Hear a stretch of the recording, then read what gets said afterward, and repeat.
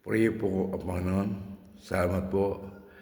At bubata naman po tayo ng salita ng Diyos dito sa unang 1 verse 1 to 10. Ang salitang nagbibigay buhay. Sumusunod kami sa inyo tungkol sa Kanya na simula pa siya na ang salitang nagbibigay buhay. Siya ang aming narinig at nakita. Napagmasdan at tawakan, nahayag ang buhay na ito. Nakita namin siya at pinatutuhanan namin at pinapangaral sa inyo ang buhay na walang hanggan kasama ng Ama. At nahayag sa amin, pinapahayag nga namin sa inyo ang aming nakita at narinig upang kasama kayo sa aming pakikisa sa Ama at sa Kanyang anak na si Jesucristo. Isusulat namin ito upang malubos ang aming kagalakan. Mamuhay ayon sa liwanag.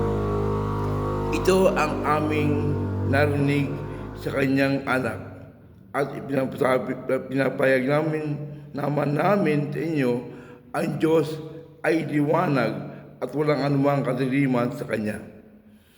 Kung sinasabi natin tayo may pakikisa sa Kanya, ngunit namumuhay naman tayo sa kadiliman, nagsisinungaling tayo at hindi namumuhay ayon sa katotohanan.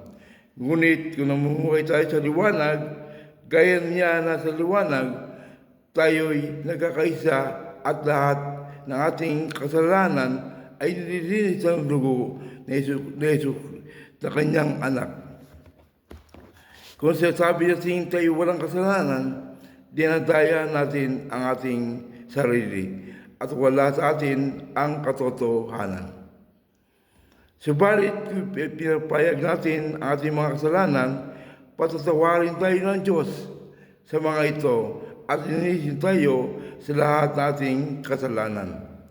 Sapagkat siya ay tapat at patuwid. Kung sinasabi natin hindi tayo nagkakasala, ginagawa nating sinungaling ang Diyos at wala sa atin ang Kanyang mga salita. Purihin po ang Panginoon. Purihin po ang Kanyang mga salita.